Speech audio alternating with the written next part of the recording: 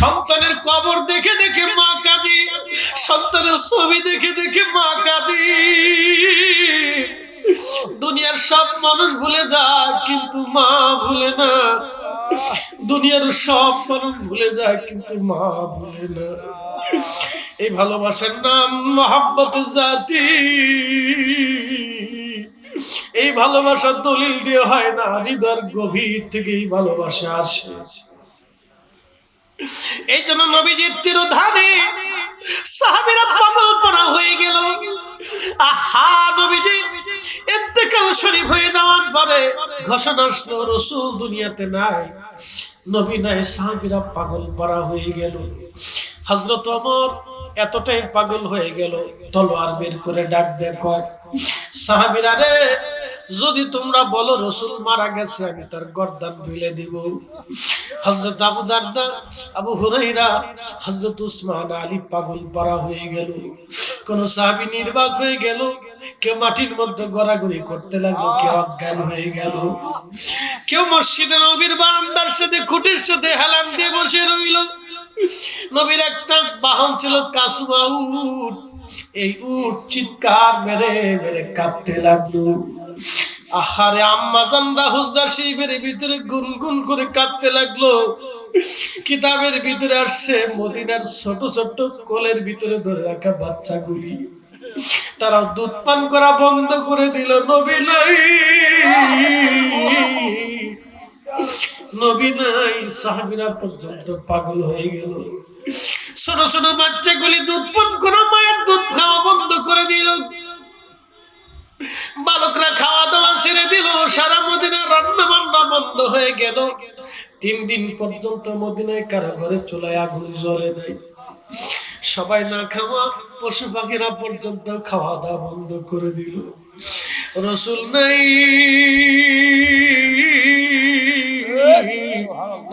মদিনার মানুষ যেন পাগল পারা হয়ে গেছে। নবী নাই। আমি জানি প্রেমে পাগল সে তো মদিনা, ওরে প্রেমানলে পুরে মরি, প্রেমানলে পুরে মরি, ওহে রব্বানা। আমি জানি প্রেমে পাগল সে তো মদিনা, আমি জানি প্রেমে পাগল সে তো মদিনা। হযরত বেলাল আযান বন্ধ করে দিলেন, আর আযান দিতে পারে না, কথা বলতে পারে না। হযরত বেলাল, নবী নাই, বেলাল কি করে মানবে? বিরহ বেদনা এসে গেল। বিরহ বেদনা এত কঠিন, এটার নাম মহব্বত জাতি। হৃদয়ের গভীর থেকে হযরত বেলাল পাগল পারা হয়ে গেল। কিতাবের ভিতরে, তারিখের ভিতরে, সিরাতের ভিতরে আসছে নবীজির ইন্তেকালের পর থেকে কোনদিন বেলাল আর আযান দেন নাই। বহু সাহাবী আযানের জন্য অনুরোধ করলো, বলতেন সাহাবীরা রে, নবী নাই, আমি কার জন্য আযান দিব বলো? হযরত আবু বকর বহুবার অনুরোধ করলেন, বেলাল তুমি আযান দাও। একই কথা, আবু বকর রে, আমার পক্ষে সম্ভব না, নবী নাই, আমি বেলাল কি করে আযান দিব বলো? আমার আযানে কে নামাজ পড়াইতে আসবে? আমার অনুরোধ করিও না, আমি আর কখনো আযান দিতে পারবো না। ঠিকই তো তাই। ইমাম জাইলাই নসরুর রায়ার মধ্যে তিনি লেখেন, হযরত বেলাল আবু বকরের কাছ থেকে বিদায় নিলেন। আমারে বিদায় দেন, আমি চলে যাব। চলে গেলেন বিদায় নিয়ে সিরিয়ার দামেস্কে। সিরিয়ার দামেস্কে যাইয়া বিরহ বেদনা নিয়ে বেলালের রাত কাটে। কোন রাত কেঁদে কেঁদে কাটায়, কোন রাত কোন রকম ঘুমিয়ে হযরত বেলাল কাটান। কিন্তু বিরহ বেদনা নিয়ে চলে গেল হযরত বেলাল। রাত্র গভীর, ঘুমিয়ে আছেন, স্বপ্নের ঘরে দেখে রাহমাতুল লিল আলামিন তশরীফ আনছে। তোমার ওই নাম শুনিলাম, এই চোখে দেখলাম না তোমার ওই নাম শুনিলাম, এই চোখে দেখলাম না এই সুর যদি শুনে থাকো একবার দেখা দাও না, এই সুর যদি শুনে থাকো একবার দেখা দাও না। আল্লাহর হাবিব স্বপ্নে যে বলতেছে বেলাল তুমি আমার সাথে কেমন জুলুম শুরু করছো বেলাল, বেলাল রে তুই আমার সাথে কেন এমন জুলুম শুরু করছো, বেলাল রে কতদিন হলো তুমি আমার জিয়ারতে আসো না কেন, বেলাল আসো আমার জিয়ারতে আসো। স্বপ্ন দেখে বেলাল পাগল পারা হয়ে গেছে, আহা আমার মুনিব আমার মালিক আমারে ডাকছে। সুদূর সিরিয়া থেকে হযরত বেলাল আবার রওনা দিলেন। আস্তে আস্তে মদিনাতুল মুনওয়ারা এখনকার দিনের মতো এরকম ছিল না, খেজুর পাতার ছাউনি, মাটির দেওয়াল দিয়ে গাঁথা, রওজা শরীফ কাঠের জালি দিয়ে ঘিরে রাখা। রাত্র গভীরে বেলাল রওজা শরীফে পৌঁছাইলেন। রাতের আধারে তাহাজ্জুদের সময় রওজা শরীফের পাশে বেলাল বসে আছে। আহা রওজা শরীফের পাশে বসে আছে ইমাম তাকিউদ্দিন সুবকি। আর শিফাউস সাকামের মধ্যে তিনি লেখেন হযরত বেলাল রাদিয়াল্লাহু আনহু বসে আছে, রওজা শরীফের জারি মোবারকের সঙ্গে মাথা ঠেকিয়ে দিলেন, কাঁদতে লাগলেন। হুজুর গোলামকে আসতে বলেছিলেন, গোলাম আপনার কদম মোবারকে আছে। আল্লাহর নবী বলছেন মান যারা কবরি ওয়াজাবাত লাহু শাফাআতি ইয়াউমাল কিয়ামা। আমার উম্মত রে যদি কোনদিন আমার রওজা শরীফের পাশে দাঁড়ায় আমার সালাম দাও, আমার জিয়ারতে যদি তুমি দাঁড়াও, কিয়ামতের ময়দানে তোমার সুপারিশ করে আমি নবী আমার সাথে জান্নাতে নিয়ে চলে যাব। একবার চিৎকার মেরে বলেন আল্লাহু আকবার, আওয়াজ তুলে বলেন ইয়া রাসূলুল্লাহ উনজুর হালানা ইয়া হাবিবাল্লাহ। আহা মদিনাতুল মুনওয়ারা নবীজি রওজা পাকের পাশে বসে বসে বেলাল কাঁদতেছিলেন। হযরত বেলাল কাঁদতে রে, হযরত বেলাল কাঁদতেছিলেন। নতুন মুয়াজ্জিন আসছে, আজান দিতে দেখে আসি নবীর মুয়াজ্জিন বেলাল বসে বসে কান্না করে। নতুন মুয়াজ্জিন ডাক ডাক সাহাবীরা রে রাসূলের মুয়াজ্জিন বেলাল ফিরে আসছে, তাড়াতাড়ি আসো, নবীজির মুয়াজ্জিন বেলাল আবার আমাদের মাঝে আসছে। আখাই ঘোষণা শোনার পরে শত শত সাহাবীরা ঘর বাড়ি থেকে বিভিন্ন স্থান থেকে বের হইয়া আল্লাহর নবীজির রওজা মোবারকের পাশে জমা হয়ে গেল। সব সাহাবীরা বলল বেলাল রে একটা বার আমাদেরকে আজান শোনায় যাও, আজকের আজান তুমি দাও বেলাল, বহুদিন তুমি আজান দাও না, একটা বার আজান দাও। বেলালের একই কথা, সাহাবীরা রে প্রিয় নবীর তিরোধানের পরে আর আজান দিই নেই।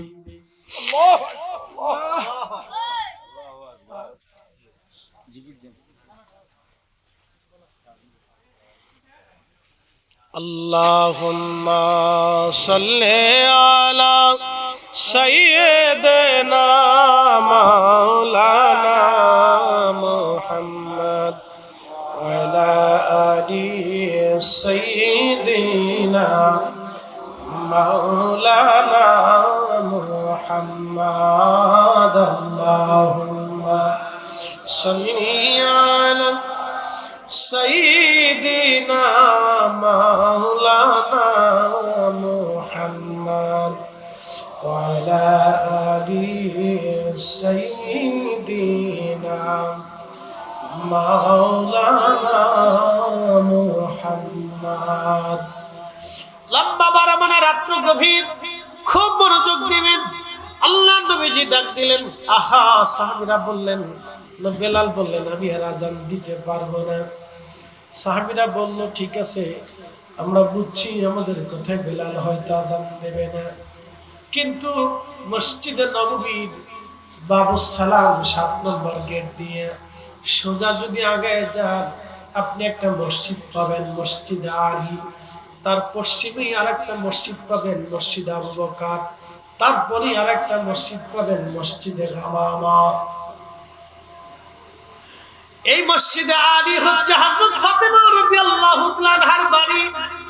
ওই বাড়িতে হযরত ফাতেমা রাদিয়াল্লাহু আনহা সন্তানদেরকে নিয়ে থাকতেন। সাহাবীরা চলে গেলেন হাসান হুসাইনকে আনার জন্য। 2 ভাই দেখতে নবীজির মতো দেখা যাইতো। নবীজির সৌন্দর্য 2 ভাই পেয়েছিলেন। এই 2 ভাইকে নিয়ে আসা হলো মসজিদে নববীতে। রওজা পাকের পাশে এসে হাসান হুসাইন রাদিয়াল্লাহু আনহু দাঁড়িয়ে গেলেন। দেখতে নবীজির সৌন্দর্য 2 ভাই পেয়েছিলেন। হযরত বেলাল রওজা পাক থেকে উঠে ইমাম হাসান আর হুসাইন 2 ভাইকে জড়িয়ে ধরলেন।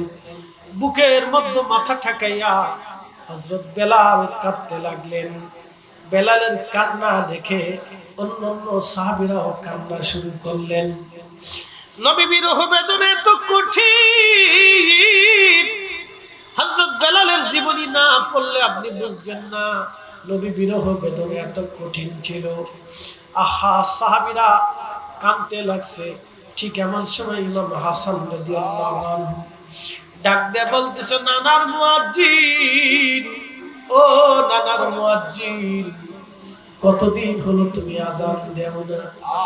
আমার নানাজির যেইভাবে আজান শুনাইতা গো, আজকে মিনারায় যাও, আমাদেরকে ওইভাবে আজান শোনাও। ইমাম হাসান হুসাইন 2 জন যখন আবদার করছে, হযরত বেলাল আর ফেলাইতে পারেন নাই। কারণ যাদের আবদার কোনদিন নবীজি ফেলাই দেন নাই, তারা আবদার করলে নবীজি সাথে সাথে সে আবদার পুরা করতেন। ওই স্মৃতিগুলি হযরত বেলালের মনে পড়ে গেছে। হা, এই 2 কলিজার টুকরার কথা রক্ষা না করে পারা যাবে না। কারণ তাদেরকে খুশি করার জন্য নবীজি নিজে পর্যন্ত হাঁটু গেড়ে নবীজি হামাগুড়ি দিয়ে দিয়ে তাদেরকে কাঁধে চড়াইয়া খুশি করত। আহা, এই 2 জনকে খুশি করার জন্য হযরত বেলাল চলে গেলেন মিনারা, আজান দিতে গেলেন। বনু নাজ্জার গোত্রের মহিলার সাদ, যেখানে দাঁড়িয়ে হযরত বেলাল আজান দিতেন, ওই সাদের উপরে দাঁড়ায় গেলেন। টান শুরু করলেন আজান, আল্লাহু আকবার, আল্লাহু আকবার, আল্লাহু আকবার, আল্লাহু আকবার। ফজরের সময় तमाम मदीना शरीफ नीरब, आजानेर ध्वनि उहुদের পাহাড়ে যে বাড়ি লাগলো। আহা, হযরত বেলালের আজানের আওয়াজ শুনে সাহাবীরা বলতেছে, ব্যাপার কি? হযরত বেলাল আজকে হঠাৎ করে আজান দেয়। আহা, বেলালের কণ্ঠ শোনার পরে সাহাবীরা ঘর থেকে বের হয়ে দৌড় মারছে। ব্যাপার কি? আজকে হঠাৎ করে বেলাল কেন আজান দিচ্ছে? ইমাম তাকিউদ্দিন সুবকি বললেন, বেলালের আজানের লহরী কণ্ঠ শুনিয়া সাহাবীরা ঘর থেকে বের হয়ে দৌড় মারছে। মহিলারাও বাচ্চা কাচ্চা নিয়ে ঘর থেকে বেরিয়ে গেলেন, কান্না শুরু করলেন। নবীর জমানার আজান, যে আজান শুনে নবীজি মসজিদে নববীতে আসতেন, যে আজান শুনে নবীজি সাহাবীরা নামাজে আসতেন, আজকে সেই মুয়াজ্জিন আজান দিতেছে। সাহাবীদের মনে, সমস্ত সাহাবীদের জবানে কথা বের হয়ে গেল, নবী কি ফিরে আসছেন? বেলাল আজকে আজান দিচ্ছে, নবী কি আমাদের মাঝে ফিরে আসছেন? আহারে, সেই দিনের সেই করুণ, সেই হৃদয় বিদারক ঘটনা কত কঠিন। সমস্ত সাহাবীরা ইশকে রাসূলের তাড়নায় পাগল পারা হয়ে ঘর থেকে বের হয়ে গেলেন। মদিনার ঘরে আর কোনো মানুষ নাই, বৃদ্ধরা বের হয়ে গেলেন, বাচ্চারা বের হয়ে গেলেন, যুবকরা বের হয়ে আসলেন, সবাই মসজিদে নববীর দিকে দৌড়ায় দৌড়ায় আসতে লাগলেন। সবার জবানে আওয়াজ আসতে লাগলো, নবী কি ফিরে আসছেন, নবী কি ফিরে আসছেন। এই কথা বলে বলে সবাই কাঁদতে কাঁদতে আসতেছিলেন। হযরত বেলাল যখন আযান দিলেন, আশহাদু আন্না মুহাম্মাদার রাসূলুল্লাহ, ইমাম সুবকি আশ-শিফাউস সাকামের মধ্যে লেখেন, ঠিক তখনই মদিনার মাটি থপ থপ থপ থপ করে কেঁপে উঠছে। আপনি বুঝেন, পৃথিবীতে একজনের আযানে দুনিয়ার মাটি কেঁপেছিল, তিনি হযরত বেলাল। আপনি বুঝেন তো, দুনিয়াতে একজনের আযানে মাটি স্থির থাকতে পারেন নাই, তিনি বেলাল। দুনিয়াতে একজনের আযানে সমস্ত মদিনার মানুষ ঘর থেকে বের হয়ে পাগল পারা হয়ে দৌড়াইছিল, তিনি বেলাল। আপনি বুঝেন, মদিনার মাটি যার আযানে ইশকে রাসূলের স্থির থাকতে পারে নাই, তাহলে সাহাবীদের হৃদয়ে সেদিন কেমন হয়েছিল। সব সাহাবী পাগল পারা হয়ে গেল। কোন সাহাবী মাটির মধ্যে গড়াগড়ি করতে লাগলো, কোন সাহাবী হতভম্ব হয়ে কাঁদতে লাগলো, কোন সাহাবী পাগলের মতো দৌড়াইতে লাগলো। আহা, রাসূল কি আমাদের মাঝে আজকে আসছেনি, নবী কি আমাদের মাঝে ফিরে আসছেনি। আপনি বুঝেন রাসূল বিরহ বেদনা সাহাবীদের মধ্যে কেমন ছিল। মদিনার মাটিগুলি থরথর থরথর করে কাঁপতে লাগলো, ভূমিকম্পের মতো মাটি কাঁপতেছে। এটা ইশকে রাসূল বিরহ বেদনা। ইমাম তাকিউদ্দিন সুবকি রাহিমাহুল্লাহ শিফাউস সাকামের মধ্যে লেখেন, ঠিক তখনই হযরত বেলাল অজ্ঞান হয়ে পড়ে গেলেন, আর আযান দিতে পারেন নাই। তিনি অজ্ঞান হয়ে গেলেন, আর আযান দিতে পারেন নাই। আহা, সেই মদিনার চিত্র কত কঠিন। ইশকে রাসূলের সারা মদিনার মানুষ পাগল পারা হয়ে গেল। আল্লাহর নবীর সাহাবীরা পাগল পারা। হযরত বেলালের হুশ ফিরে আসছে, রওজা পাকে দাঁড়িয়ে গেলেন। ইয়া রাসূলুল্লাহ, আমি আপনার গোলাম, আপনার হুকুমে আসছিলাম, আপনার কদমে বসছি, জিয়ারত করেছি, আযান দিয়েছি, কিন্তু আপনি নামাজে আসেন নাই। আমি জানি কোনদিন আর শরীয়ত খেলাফ করে আপনার আসা সম্ভব না। হুজুর, আপনার কদমে আসছি, আমি বিদায় নিচ্ছি, চলে যাচ্ছি। ইয়া রাসূলুল্লাহ, যে আযানে আপনি আসবেন না, বেলালের পক্ষে সে আযান দেওয়া সম্ভব না। আসলে তো সত্য, নবীজির তিরোধানের পরে কখনো আর বেলাল আযান দেন নাই। তার মানে কি তিনি আর আযান দিতে পারবেন না? একটা বার আযান দিলেন, ওই আযানে সারা মদিনা পাগল পারা হয়ে গেল, মাটি পর্যন্ত কাঁপতে লাগলো। তাহলে বেলাল এই বিরহ বেদনা নিয়ে কেমনে আযান দিবে? এই জন্য নবী প্রেমের বিরহ বেদনার দিল এটা অনেক ওজনওয়ালা, এটার ক্ষমতা এত বিরাট, পৃথিবীর মাটি পর্যন্ত স্থির থাকতে পারে না। এই জন্য ইশকে রাসূল এত কঠিন, যার কলিজার ভিতরে ইশকে রাসূল। আল্লাহু আকবার, আল্লাহর কসম করে বলি, এই দিল কখনো জাহান্নামে পড়বে না, এই আত্মাকে আল্লাহ জাহান্নামে পাঠাবে না, এই আত্মাকে আমার আল্লাহ সরাসরি জান্নাত দিয়ে দিবে। একবার জোরে বলা যাবে কি আল্লাহু আকবার। তোমার ওই নাম শুনিলাম, এই চোখে দেখলাম না, তোমার ওই নাম শুনিলাম, এই চোখে দেখলাম না। এই সুর যদি শুনে থাকো, একবার দেখা দাও না। মদিনাতে যাওয়ার পরে দেখবেন, বাবু সালাম দিয়ে ঢোকার সময় প্রথমে একটা হাদিস আপনি পাবেন। প্রথমে একটা হাদিস উপরে লেখা আছে।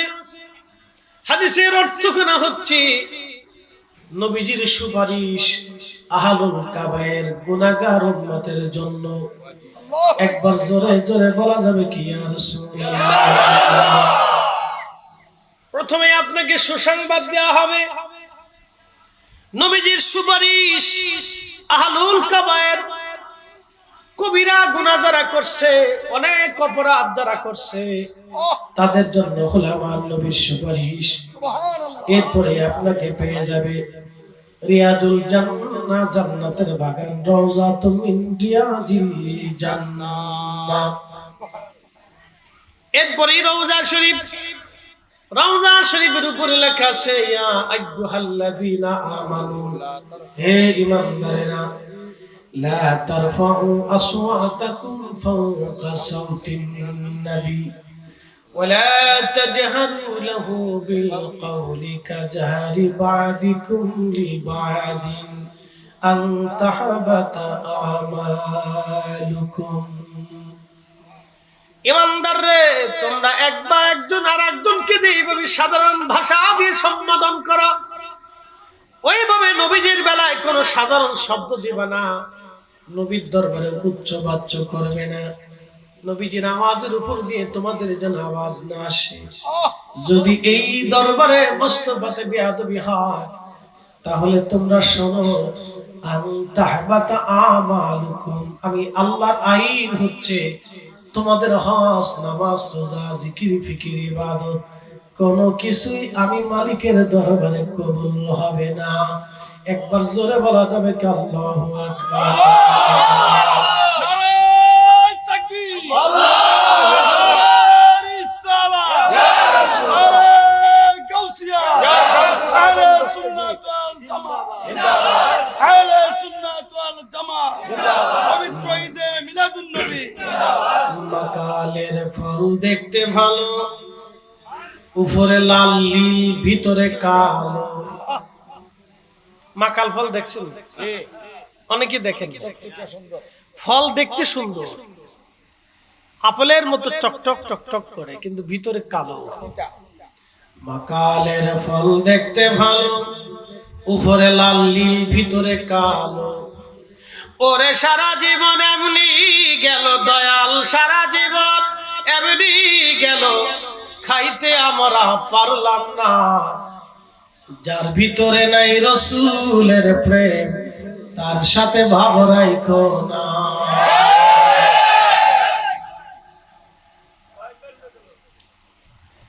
এ রুটিবাসী, খুব মনোযোগ দিয়া শুনবেন। ফায়সালা আমাদের না, ফায়সালা আমার রবের, আমার আল্লাহ ফায়সালা দিয়ে দিলেন। এ বান্দা, দরবারে মুস্তাফাতে যদি বেয়াদবি হয়ে যায়, তাহলে তোমরা শোনো, তোমাদের আমলগুলি বরবাদ হয়ে যাবে। না রোজা, না নামাজ, না হজ, না যাকাত, না তাহাজ্জুদ, না জিন্দেগি, না জিকির, না সাদকা, জীবনের কোন আমল তোমাকে বেহেশতের চেহারা দেখাইতে পারবে না। কারণ যিনি বেহেশতের সাহিব, যিনি মাকামে মাহমুদ ওয়ালা, যিনি হাউজে কাউসার ওয়ালা, যিনি ঈমান ওয়ালা, যিনি আল্লাহ সিনানে ওয়ালা, যিনি কোরআন ওয়ালা, তুমি তার সাথে বিয়াদবি করেছো। অতএব এইখানে বিয়াদবি করলে তোমার জীবনের ঈমান কবুল হবে না। কথা বলেন ঠিক কি না? এ হাজিরিন রুটিবাসী, খুব মনোযোগের সাথে কথাগুলি শুনবেন। বাবা মা, কোরআন শরীফ এইখানে শেষ করেন নাই। আল্লাহ, আমার আল্লাহ আরো বললেন, ওয়ালাউ আন্নাহুম ইযলামু আনফুসাহুম জাউকা ফাস্তাগফিরুল্লাহ ওয়াস্তাগফারা লাহুমুর রাসূল লাওয়াজাদুল্লাহ তাওয়াবার রহিমা।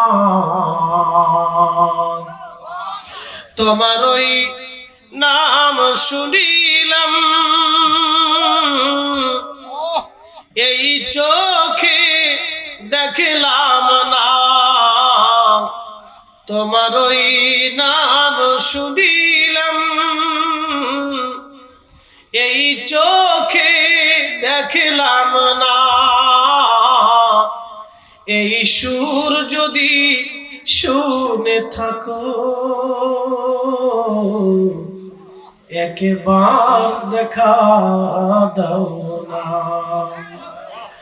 এই সুর যদি শুনে থাকো, একবার দেখা দাও না। হে রাসূল তোমায় ভালোবাসি, অন্তরে শুধু মুখে নয়, জান্নাতের আশায় নয় হে রাসূল, জাহান্নাম কেউ ডরি না। মারহাবা মারহাবা। রুটির বাবাজিরা মায়েরা ভালো করে শুনে যাবেন। আল্লাহর নবীর মর্যাদা নিয়ে আল্লাহ কোরআনুল কারীমের ভিতরে জানাইলেন, আমার বান্দারা ওয়ালাউ আন্নাহুম ইযলামু আনফুসাহুম, নফসের সাথে যদি তুমি জুলুম করো। আপনাদেরকে খুব মনোযোগ দিবেন। কুল্লু নফস, এই নফস নিয়ে আল্লাহ কোরআনের আয়াতে বহুগুলি আয়াত আল্লাহ নাজিল করেছেন। নফস, রূহু, নফস, রূহু আপনাদেরকে বোঝায়। প্রশ্ন করবেন, হুজুর নফস কি আবার রূহ কি বুঝাই দিয়ে যাই। আমার বডির ভিতরে একটা অস্ত্র আছে, বডির ভিতরে একটা মেশিন আছে, এই মেশিনের নাম রূহ। দুইটা চোখ যদি না থাকে, রূহু থাকলে জিন্দা। দুইটা হাত নাই, রূহু আছে, মানুষ জিন্দা। দুইটা পা নাই, রূহু আছে, মানুষ জিন্দা। কিন্তু রূহুই যদি মানব বডির মধ্যে না থাকে, চোখে আলো থাকে না, কানে শক্তি থাকে না, জবানে ক্ষমতা থাকে না, হাত পায়ে শরীরে কোনো শক্তি থাকে না। রূহু থাকলে সব থাকে, রূহু না থাকলে কিছুই থাকে না। ঠিক কি না?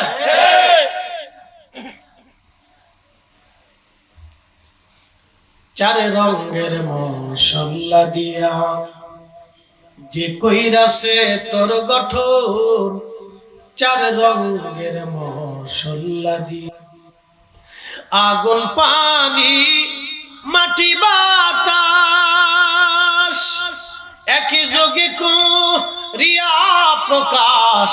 আগুন, পানি, মাটি, বাতাস একই যোগে করিয়া প্রকাশ। ওরে দেখিলি না তুই কইরা তালাশ, কোন জায়গা সে মহাজন। চার রঙের মশলা দিয়া যে কইরাছে তোর গঠন, চার রঙের মশলা দিয়া। এই যে মানব বডির ভিতরে আগুন আছে, পানি আছে, বাতাস আছে। আগুন, পানি, মাটি, বাতাস, আব, আতশ, খাক, বাত। বাতাস যদি না থাকে মানুষ মরা, যদি পানির অংশ না থাকে মানুষ মরা, যদি শরীরের তাপমাত্রা না থাকে মানুষ মারা, যদি মাটির অংশ না থাকে তাহলে মানুষই তো হয় না। খুব মনোযোগ দিয়ে কথাগুলি শুনবেন। চারটা পদার্থ দিয়ে আল্লাহ মানুষ দুনিয়াতে বানাইছে, কিন্তু মানব দেহের ভিতরে একটা ইঞ্জিন আল্লাহ বানাইছেন। এই ইঞ্জিনের নাম হচ্ছে রূহ। কুলির রূহু মিন আমরি রাব্বি, বলে দেন এই রূহটা আমি আল্লাহর একটা হুকুম। আমার হুকুমে রূহ দুনিয়াতে যাবে, আমার হুকুমে রূহ আবার আমার কাছে চলে আসবে। মানুষ যখন মারা যায়, বলেন তো আল্লাহ কি বডির দরকার না রূহের দরকার? আল্লাহ রূহ নিয়ে চলে যায়, বডি পড়ে থাকে। বডিটাকে বলা হয় মুর্দা লাশ, আব্দুল করিমের লাশ। কথা ঠিক আছে না? আব্দুল করিমের, তো করিম কই গেছে? করিম গেছে গা আল্লাহর কাছে। যে রাস্তা দিয়ে নিল ওই রাস্তাও দেখা গেল না, যে তারে নিয়ে গেল তারেও দেখা গেল না, যার হুকুমে নিয়া হলো হুকুমদাতাকেও দেখা গেল না, যে জগতে নিল জগতও দেখা গেল না। কিন্তু করিম সত্য, যিনি নিল তিনিও সত্য, যার হুকুমে নিল সেই হুকুমদাতাও সত্য। যেই জগতে নিল জগতের সত্য, কিন্তু করিম রে দেখা গেল না। আপনাদের সামনে যিনি ওয়াজ করে, এই ওয়াজ করার জন্য আমার ঠোঁট এবং আমার জিহ্বা, আমার জবান রূহকে সাহায্য করতেছে, কিন্তু ওয়াজ করে কিন্তু রূহ। আস্তে কোন কে জোরে বলেন ওয়াজ কে করে রুহু সাহায্য করতেছে জিহ্বা ঠোঁট মোটে মুখ সাহায্য হাত চোখ আমার সাহায্য করতেছে বডি সাহায্য করতেছে কিন্তু ওয়াজ করে রুহু ওয়াজ যারা শুনতেছে তারাও ওয়াজ শুনতেছে রুহু কিন্তু সাহায্য করতেছে বডি এই বডি সাহায্য করতেছে কিন্তু ওয়াজ করতেছে রুহু বডি এবং রুহু যেমন অ্যাডজাস্ট নাফস এবং রুহু এরকম অ্যাডজাস্ট এই জন্য আল্লাহ রুহে নাফসকে বলেন ইয়া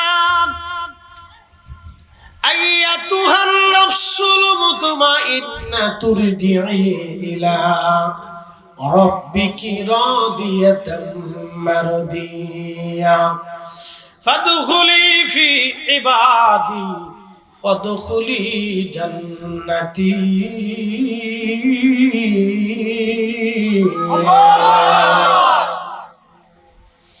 হে নফসে মুতমাইন্না আসো আমার কাছে আসো আমি আল্লাহ খুশি আমার কাছে তুমি চলে আসো নফসে মুতমাইন্নার অধিকারী হতে হবে নফস আবার দুই ধরনের একটা নফস নফসে আম্মারা আর একটা নফস হলো নফসে মুতমাইন্না নফসে আম্মারা আপনাকে মাহফিল থেকে নিয়ে চলে যাবে নফসে আম্মারা মসজিদ থেকে বের করে নিয়ে যাবে নফসে আম্মারা আপনারা গানের মজলিসের ভিতরে ঢুকাই দিবে নফসে আম্মারা আপনারা মদের দোকানে ঢুকাবে নফসে আম্মারা আপনাকে রোজা রাখাতে বন্ধ করবে নফসে আম্মারা আপনাকে খারাপ কাজ করতে শিখাবে নফসে আম্মারা আপনারা জানা করতে উদ্বুদ্ধ করবে নফসে আম্মারা আপনাকে মালে কল দিতে উদ্বুদ্ধ করবে নফসে আম্মারা অন্যের জমি দখল করার জন্য আপনারে বলবে এই জন্য রমজানের শয়তান যদিও তালা মারা থাকে কিন্তু নফসে আম্মারা তালা মারা থাকে না এই জন্য রমজানেও চুরি হয় রমজানেও ডাকাতি হয় রমজানেও জেনা হয় রমজানেও মারামারি হয় রমজানেও তেলের দাম ডালির দাম সালির দাম বাইরে যায় কি কথা কর না কেন শয়তান তো বান্দা কিন্তু আকাম করলো কেডা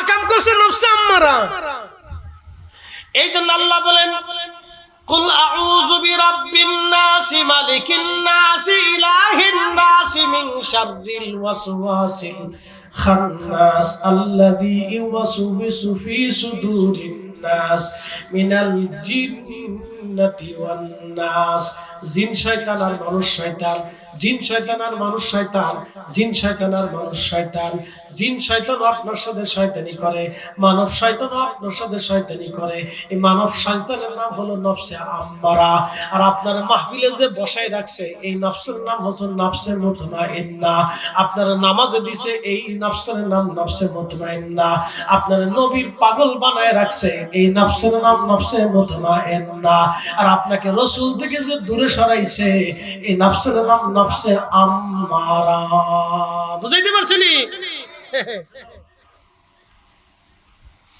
এ মুসলমান আল্লাহ নফসে ডাক দিয়ে বললেন ওয়ালা ওয়ান্নাহুম ইযলামু আনফুসাহুম যদি তোমার নফসের সাথে তুমি জুলুম করো যাও কা আমার রাসূলের বাড়ি চলে যাও ফাস্তাগফিরুল্লাহ নবীর বাড়ি যে আমি আল্লাহর কাছে তওবা করো ওয়াস্তাগফির লাহুমুর রাসূল আমার রাসূল যদি তোমার ব্যাপারে সুপারিশ করে লাওয়াজাদুল্লাহ তাওয়াবার রহিমা আমি আল্লাহ তোমার জীবনের সব গুনাহগুলি maaf করে দিব একবার জোরে বলা যাবে কি ইয়া রাসূলুল্লাহ তাহলে বলেন নবী ছাড়া কি আর উপায় আছে নবী ছাড়া কি ক্ষমার আর রাস্তা আছে নবী ছাড়া কি আল্লাহর দরবারে মঞ্জুরিয়াতের সুযোগ আছে তার মানে বোঝা গেল নবী ছাড়া কেউ ওলি হতে পারে না নবীর গোলামি না হইলে আল্লাহর গোলামি হয় না নবীর দল না হইলে আল্লাহর দল হয় না নবীর ভালোবাসা না হইলে আল্লাহর ভালোবাসা হয় না নবীর তরিকা না হইলে আল্লাহর তরিকা হয় না নবীর হাদিস না হইলে আল্লাহর হাদিস হয় না নবীর জন্য মৃত্যুবরণ না করলে আল্লাহর জন্য করা হয় না নবীর পক্ষে না থাকলে আল্লাহর পক্ষ হয় না নবীকে তাজিম না করলে আল্লাহকে তাজিম করা হয় না নবীর দল না হলে আল্লাহর দল হয় না নবী রাজি না হলে আল্লাহ রাজি হয় না বুঝাইতে পারছেনি বুঝে গেছেন কোরআন থেকে বুঝাইছে আপনাদেরকে এ রুটিবাসী এর জন্যই ১৬ লক্ষ সাহাবীর ভিতরে যদি আপনি তাকান দুনিয়ার সব সাহাবী নবীকে খুশি করার জন্য সব কিছু বিলীন করে দিলেন সব বিলীন করে দিলেন আবু বকর সিদ্দিক দিতে দিতে দিতে দিতে সব দিলেন। তাবুকের যুদ্ধের ময়দানে নবীজি বললেন খেদমত আনো। সাহাবীরা অর্থ জমা করতে লাগলেন। আবু বকর একটা টুপলা নিয়ে আসলেন। নবী বলেন আবু বকর কি আছে? বলি ইয়া রাসূলুল্লাহ, ঘরের মধ্যে যা ছিল সব নিয়ে আসছি, বাড়ি ঘরে আর আমার কিছু নাই। আবু বকর রে, বাড়িতে কি রাখছো? বলে হুজুর, বাড়িতে রাখছি আল্লাহ এবং তার নবী, আল্লাহ রাখছি নবী রাখছি, আল্লাহ রাখছি নবী রাখছি, আল্লাহ রাখছি নবী রাখছি। জোরে কান্না মারহাবা। যদি ওই সময় এখনকার ওহাবি মোল্লা বসা থাকতো তাহলে কইতো আবু বকর ভুল বলছি, আল্লাহর সাথে নবীরে রাখলে এটা শিরিক হয়ে গেছে। এই কথা কন না।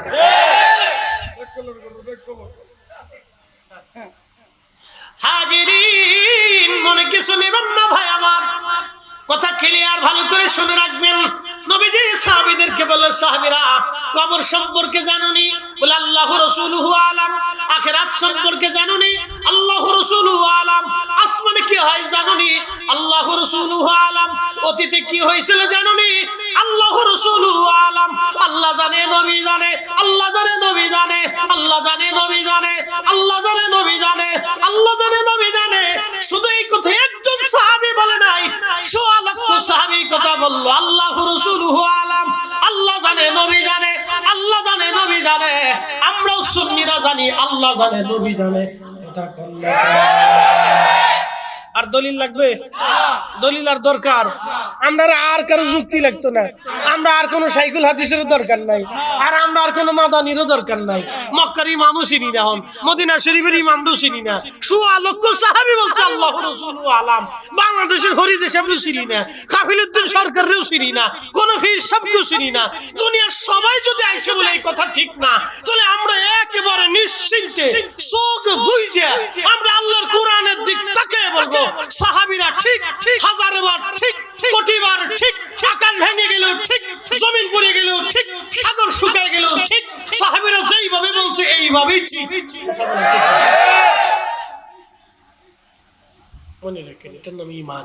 ঠিক, এটার নাম কি? ঈমান।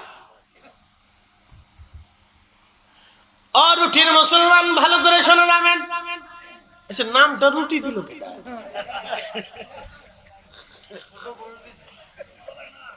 আমি এক জায়গায় নাম কি গুতা মারি, আমাকে হয়েছে কাজ চালিয়ে রেখে থাকা যাবে না।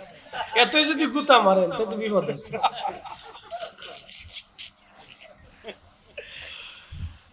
তো অসুবিধা নেই, রুটি নিয়ে কোনো ঘটনা হয়তো ঘটছিল, লেগে নাম দিছে রুটি, অসুবিধা নেই। কত কোয়ালিটির নাম পৃথিবীতে আছে, বাপরে বাপ। আরে খোদা, আজকের নাম হচ্ছে শয়তান খালি। শয়তানে চিন্তা করে আমার নামটা দিস শয়তান খালি। রুটির মুসলমান, মনোযোগ দেবেন। মূল আলোচনার দিকে আমি চলে যাচ্ছি। আপনাদেরকে প্রাথমিক একটা ধারণা দিলাম, তার মানে কি বুঝলেন? নবী খুশি, আল্লাহ খুশি, নবী রাজি, আল্লাহ রাজি। কথা ঠিক আছে কি? ইসলাম তখনও এত ব্যাপক না। আবু হযরতে বেলাল কৃতদাস, কৃতদাস সম্পর্কে আপনাদেরকে বুঝাই। আগে হাটে বাজারে মানুষ বেচা বিক্রি হতো, এখনকার হাটে বাজারে গরু ছাগল বেচা বিক্রি হয় না? তো আপনি একটা গরু বিক্রি করতে আনছেন, আমি গরুটা কিনে নিয়ে আসছি, তো গরুটা কার? আমার না আপনার? আমার গরু। এখন আমার গরু, আমি আমার গরুরে যেমনে খুশি সেমনে দোয়াইবো, দুধ নিব, বিক্রি করব, জবাই করতে পারি, খাইতে পারি, রান্না করতে পারি গরুরে, তারপরে বিক্রি করে দিতে পারি। গরু আমার কাছে এখন পরাধীন। কথা ঠিক আছে কিনা? আগের যুগে এরকম মানুষ বিক্রি হতো, 2-4-10 জনে মিলে একজন মানুষে ধরে এনে বাজারে বিক্রি করতো। বাজারে বিক্রি করে দিলে যে কিনে আনতো সারা জীবন তার গোলামি করতে হইতো, তার কাজ করে দিতে হলো। খাবার দিলেও কাজ করবে, মারলেও কাজ করবে, তার কোনো জীবনের স্বাধীনতা ছিল না। বুঝতে পারছেন? এটা ছিল গোলামির জীবন। আহা, কি জিন্দেগি ছিল, কি কঠিন সিচুয়েশন মানব জীবনে ছিল। আপনি বুঝেন কতটা নিকৃষ্ট। কতটা বিভৎস এবং কতটা কঠিন। হযরত বেলাল ছিলেন বর্তমান ইথিওপিয়া, কেনিয়া, ঘানা, এই অঞ্চলটাকে আগে বলা হতো আবিসিনিয়া। এই আবিসিনিয়ার মানুষ ছিলেন। এই আবিসিনিয়া থেকে হযরত বেলাল তার পূর্বপুরুষরা চলে আসলো মক্কায়। এখান থেকে তিনি কৃতদাস হয়ে গেলেন। কৃতদাস হয়ে গেল, বনি উমাইয়া তারে কিনে নিয়ে আসলো। উমাইয়ার বাড়ির কৃতদাস, নবীজি কালেমার দাওয়াত দিলেন। বাহিরে কালো, কিন্তু অন্তরটা হয়ে গেল ঈমানের আলোয় আলো। বাহির কালো, কিন্তু অন্তর হয়ে গেল ঈমানের আলোয় আলো। তোমার ওই পাওয়ার আশায় মন ছুটে যায় মদিনায়।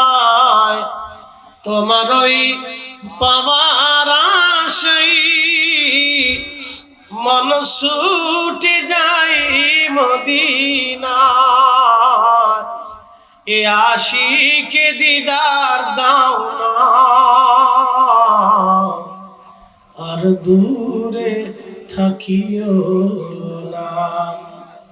এ আশিকে দিদার দাও না, আর দূরে থাকিও না। হে রাসূল তোমায় ভালোবাসি, অন্তরে শুধু মুখে নয়। জান্নাতের আশায় নয় রাসূল, জাহান্নামকে ডরি না। কালেমা পড়ার কারণে হযরত বেলালকে তার মনিব ধরে নিয়ে গেল। ইসলামের ভিতরে সবচাইতে কঠিন অত্যাচার যিনি সহ্য করেছিলেন তিনি হযরতে বেলাল। একদিন না, 2 দিন না, মাসের পর মাস অত্যাচার সহ্য করলেন। উমাইয়া মনিব তারে ধরে নিয়ে গলার মধ্যে রশি বেঁধে, যারা মক্কায় গেছেন, এখন তো মক্কা শরীফ ঢালাই করা, টাইলস করা, পাকা করা, তখন তো পাকা ছিল না, পাথুরি রাস্তা। যারা পাথরের পাহাড় দেখেছেন, মক্কার জমিনটা ওইরকম পাথর দিয়ে গাঁথা ছিল। পাথর দিয়ে গাঁথা ছিল, বালিয়ার পাথর দিয়ে গাঁথা।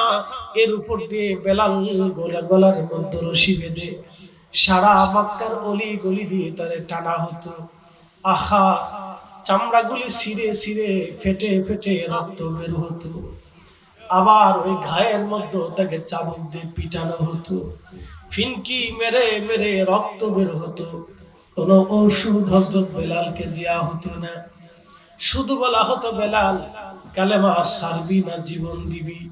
কোনো কথা বলতো না, শুধু বলতো আহাদ আল্লাহ এক, আহাদ আল্লাহ এক, ওয়াহিদু আল্লাহ এক, আহাদু আল্লাহ এক। ওয়াহিদ আর আহাদের মধ্যে একটা তফাৎ আছে। কুল হুয়াল্লাহু আহাদ, আল্লাহ কিন্তু বলেন নাই কুল হুয়াল্লাহু আহাদ। ওয়াহিদ মানে এক, আহাদ মানে এক। ওয়াহিদ মানে এক, আহাদ মানে এক। কুল হুয়াল্লাহু আহাদ বলেন নাই, আল্লাহ কুল হুয়াল্লাহু আহাদ বলেছেন। আহাদকে সেই আহাদ বলা হয় যে আহাদের আগে পরে আর কোনো তুলনা শরীক চলবে না। যে একের আগেও কিছু নাই, যে একের পরেও কিছু নাই, এই একটাকে আরবিতে আহাদ বলা হয়। যে একের আগেও কিছু নাই, যে একের পরেও কিছু নাই, এই একটাকে আরবিতে আহাদ বলা হয়। হযরত বেলাল শুধু বলতেন আহাদ আহাদ, আল্লাহ এক, আল্লাহ এক, আল্লাহ এক, লা ইলাহা ইল্লাল্লাহ, লা ইলাহা ইল্লাল্লাহ, লা ইলাহা ইল্লাল্লাহ। আহাদ আহাদ আহাদ আহাদ বলে বেলাল কাঁদতেন, চোখ দিয়ে পানি ঝরতো। কিন্তু মনিব তার অত্যাচার বাড়াই দিল, খাওয়া দাওয়া বন্ধ করে দিল। পিপাসায় বেলাল কাতরাইতেন, পানি পানি বলে চিৎকার করতেন। পানির বিনিময়ে বেলালকে আঘাত করা হতো। আহা, সেই দিনটা কত কঠিন ছিল বেলালের জন্য, কত কঠিন সেই দিন। এইভাবে দিনের পর দিন চলে গেল, মাসের পর মাস চলে গেল। যারা প্রচন্ড গরমে সৌদি আরবে গিয়েছেন আপনারা দেখেছেন মরুভূমির বালুগুলি উত্তপ্ত হয়ে যায়, এতটা উত্তপ্ত হয় ওই বালুর মধ্যে যদি আপনি চাল ছেড়ে দেন ওই চাউলগুলি এক সময় মুড়িতে রূপান্তরিত হয়ে যাবে। এত প্রচন্ড গরমে লু হাওয়ায় বেলালের গলার মধ্যে রশি বেঁধে টেনে নিয়ে যাওয়া হতো। কঠিন অত্যাচারে বেলালকে টেনে টেনে নিয়ে একেবারে মরুভূমির মধ্যে নিয়ে যাওয়া হতো, হাত পা বাঁধা রাখা হতো। ওই বালুর মধ্যে ফেলাইয়া মস্ত বড় বিরাট বড় পাথর 4-5 জনে ধরে এনে বেলাল রাদিয়াল্লাহু আনহুর বক্ষর উপরে ওই পাথরগুলি চাপা দিয়ে রাখতো। আহা প্রচন্ড ব্যথা, দম বন্ধ হয়ে আসতে চাইতো, বেলাল অজ্ঞান হয়ে যাইতে।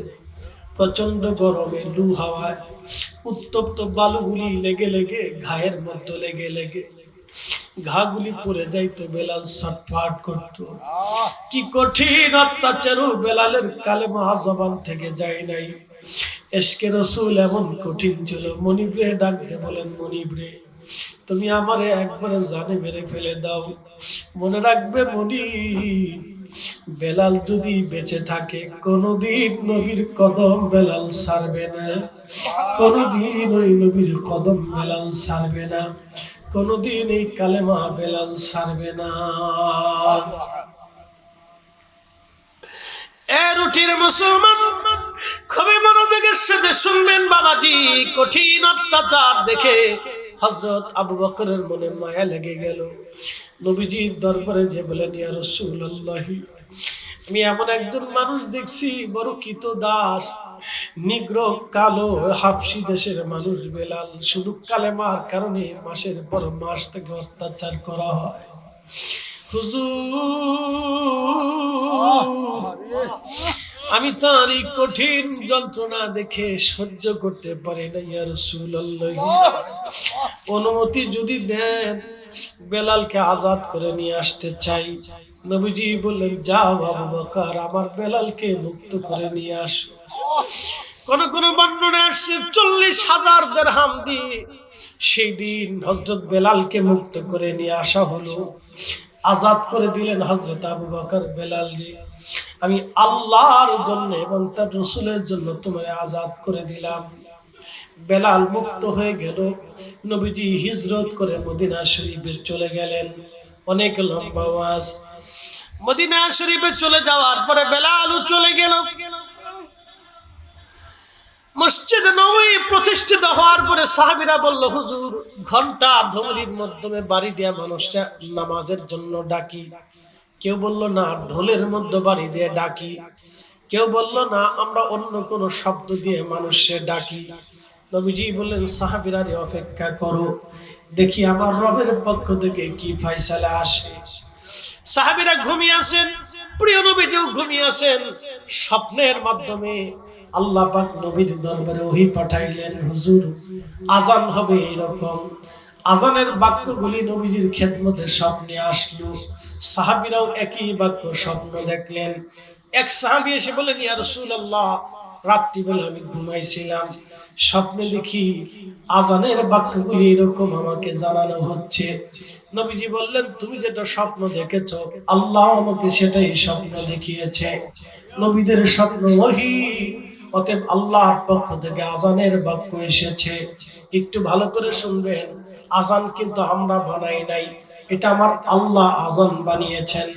আশহাদু আল্লা ইলাহা ইল্লাল্লাহর পরে আশহাদু আন্না মুহাম্মাদুর রাসূলুল্লাহ এই শব্দখানা আমরা লাগাই নাই, শব্দটা আল্লাহ নিজে লাগাই দিয়েছে।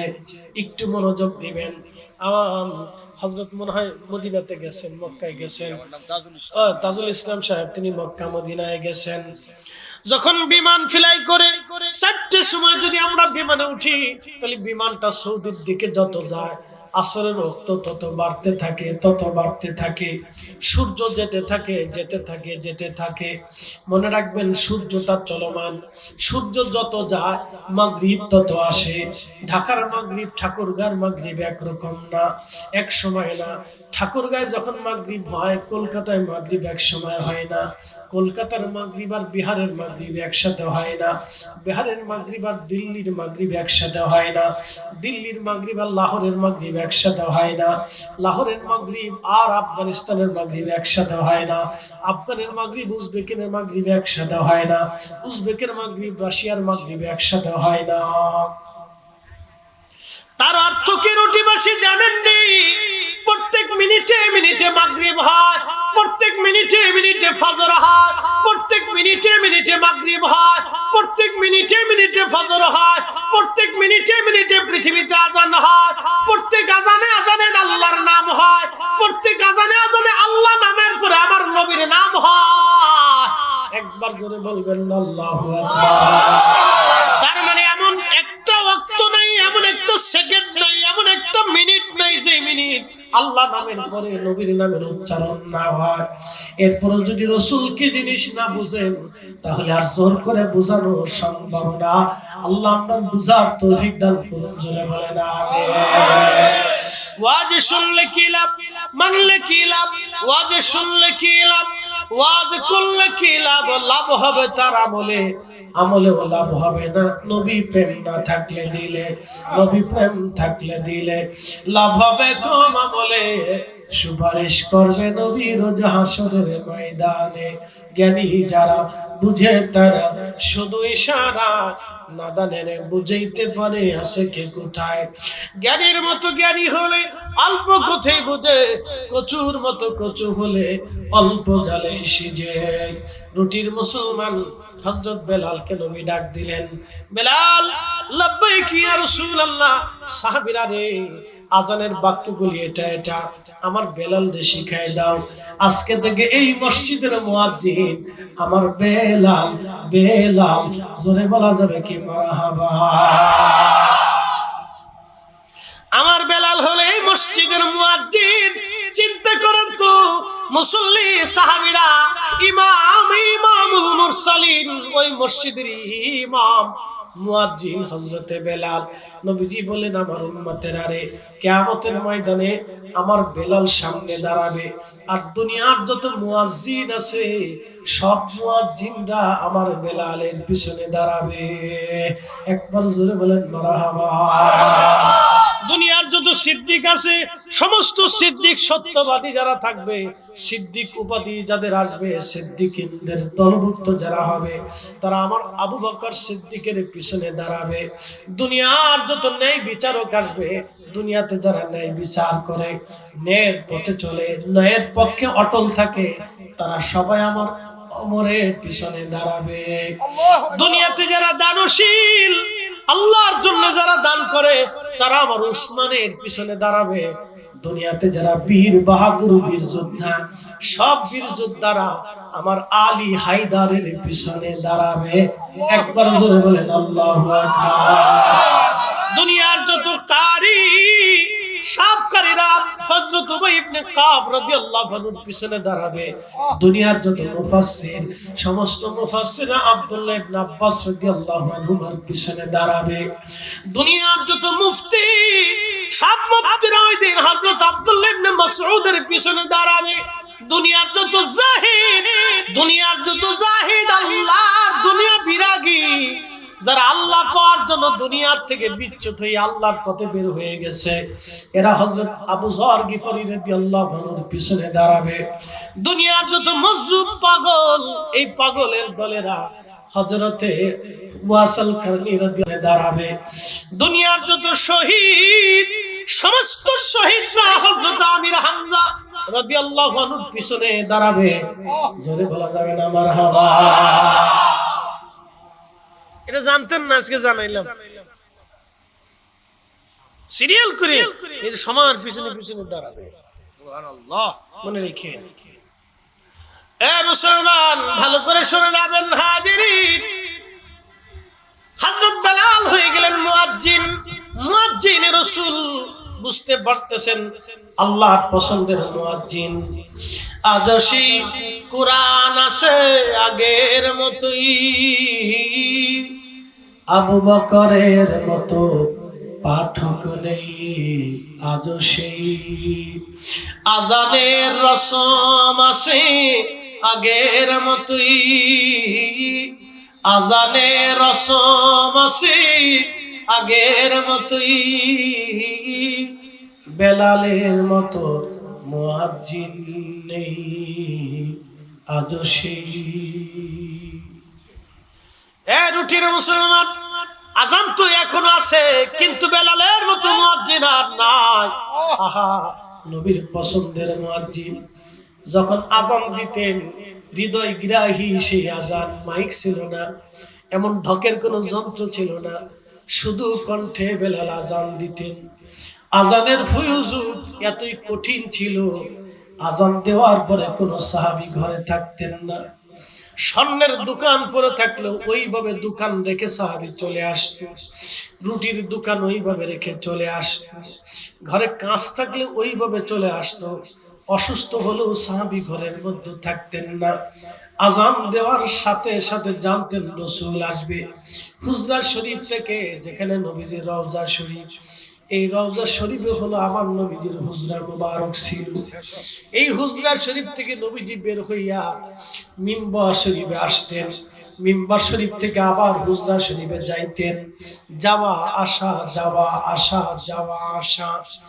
এই যাওয়া আসার কারণে আল্লাহ ডাক দিলেন, হাবিব আপনি বারবার এখান থেকে যাওয়া আসা করেন, এই জায়গাটা আমি রওজাতুম মিন রিয়াজিল জান্নাহ বানাই দিলাম। নবী গো, জান্নাতুল বাগ রিয়াজুল জান্নাহ বানাইলাম, আমি আল্লাহ ঘোষিত জান্নাতের বাগান বানায়া দিলাম।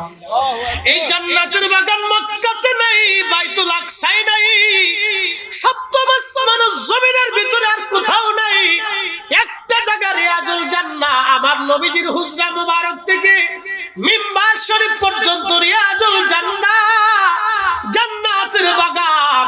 চিৎকার মেরে বলবেন না ইয়া রাসূলুল্লাহ। আহা, যদি কোনোদিন রিয়াজুল জান্নায় যান, তাহলে বুঝবেন আল্লাহর বেহেশতে বসে দোয়া করেছেন। ওই রিয়াজুল জান্নাহটা আমার নবীজির জান্নাতের সাথে অ্যাড করে দেওয়া হবে, বুঝবেন আপনি আল্লাহর জান্নাতে দোয়া করেছেন।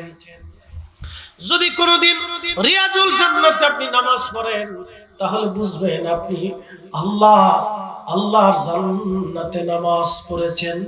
সৃষ্টির মধ্যে একটাই রিয়াজুল জান্নাহ, আর কোথাও আল্লাহ নির্দিষ্ট করে রিয়াজুল জান্নাহ বানায় দেন নাই। চিরদিনের জন্য এটা রিয়াজুল জান্নাহ, রিয়াজুল জান্নাহ, শুধু আমার নবীর কারণে রিয়াজুল জান্নাহ। এই জন্য নবী খুশি, আল্লাহ খুশি, নবী খুশি, আল্লাহ খুশি, নবী রাজি, আল্লাহ রাজি, নবী রাজি, আল্লাহ রাজি, নবীর ভালোবাসা, আল্লাহর ভালোবাসা। কুল ইন কুনতুম তুহিব্বুনাল্লাহ ফাত্তাবিউনি ইউহিব্বুকুমুল্লাহ। হুজুর আপনি বলে দেন উম্মতকে, তারা যদি আমাকে ভালোবাসার দাবি করে, তাহলে আপনার ইত্তেবা যেন করে। নবীর ভালোবাসা দুই ধরনের, একটা হলো মহাব্বতে সিফাতি, আর একটা মহাব্বতে জাতি। আমার মুখে দাড়ি আছে মহাব্বতে সিফাতি, আমার মাথায় টুপি আছে মহাব্বতে সিফাতি, আমার গায়ে জুব্বা আছে মহাব্বতে সিফাতি, আমরা ডান হাত দিয়ে খাবার খাই মহাব্বতে সিফাতি, মুস্কি হাসি দিয়ে কথা বলি মহাব্বতে সিফাতি। প্রিয় নবীর জীবনে যত সুন্নত আছে, এই সুন্নতগুলি পালন করার নাম মহাব্বতে সিফাতি। আর একটা মহাব্বতে জাতি। বলে মহাব্বতে জাতি কি? কলিজার ভিতর থেকে ভালোবাসা, কলিজার ভিতর থেকে ভালোবাসা। যেমন একটা মা সন্তানকে কলিজার ভিতর থেকে ভালোবাসে। দেখবেন সন্তান অসুস্থ হলে মা পাগলের মতো হয়ে যায়। ওই সন্তান যদি মারা যায়, মা কোনোদিন ভুলতে পারে না, মা কোনোদিন ভুলে না। সন্তানের কবর দেখে দেখে মা বসে বসে কান্না করে। আহা, স্ত্রী 4 মাস 10 দিন পরে ইদ্যত পালনের পরে সে অন্য কোথাও বিয়ে বসতে পারবে, এটা আল্লাহর আইন আছে, এটা নিয়ে সন্দেহ করার কিছু নাই। ওই স্ত্রী যদি অন্য কোথাও বিয়ে বসতে চায়, আল্লাহর বিধানে সে বিয়ে বসতে পারবে, সংসার করতে পারবে, কিন্তু 4 মাস 10 দিন পর্যন্ত তার ইদ্যত পালন করা লাগবে। তার অর্থ হলো একজন স্ত্রী শোক হলো 4 মাস 10 দিন পর্যন্ত সে স্টপ থাকবে।